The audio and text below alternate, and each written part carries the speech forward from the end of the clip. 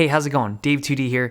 So with 2019 rolling in, we're going to start to see a lot of advertisements for 5G enabled smartphones and the benefits of the 5G network. And the reality is a properly rolled out 5G network is great. You get super fast internet speeds, you get lower latency, you get the ability to connect a lot more devices to that super fast internet. But to get to that stage, to get to that point where it's like the Internet of Things and everything is connected and talking to each other on this super fast network, you need to overcome a very large obstacle. And this large obstacle kind of casts some shade on this whole 5G smartphone thing.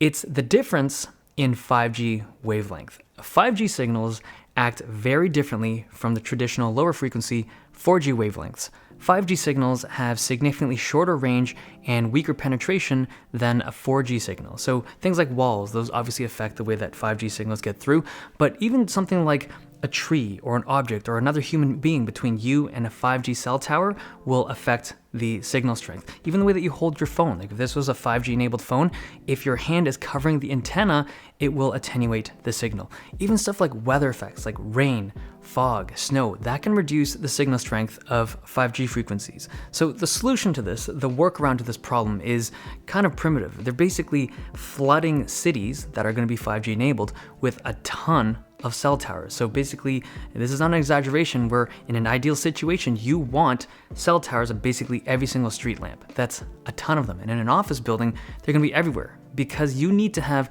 as clear of a line of sight between your phone and a signal tower to be able to use the 5G network properly.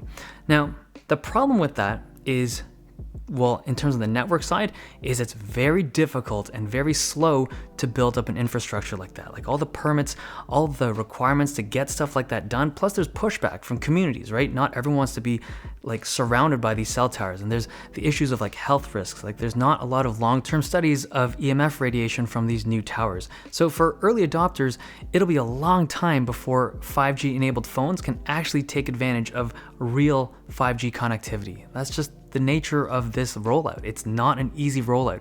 And that's just the network side of things. When it comes to phone hardware, there are a whole slew of other obstacles. 5G enabled phones are going to be crazy expensive at launch. So Pete Lau, CEO of OnePlus, he was saying that their 5G enabled phones are going to cost $200 to $300 more than their regular 4G phones. And this is like a $550, $600 phone. You throw on that 5G tax, this is now an $800 or $900 phone. This used to be a very reasonable kind of, not budget phone, but it's like a fairly priced phone. And now it's like in that crazy price point because of 5G capabilities. That new Snapdragon 855 needs a separate 5G modem and multiple antenna modules to make this thing work on the 5G network. And the reason why you need so many antenna modules is because of the problem I was mentioning before. If your hands cover any of the antennas, it doesn't work. You need to have multiple antennas that it intelligently switches between to allow this thing to connect seamlessly with the network.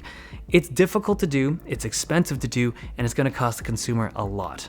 There's also the issue of shorter battery life. So because you're transmitting and receiving 5G signals, it's going to invariably use more power than the regular 4G version.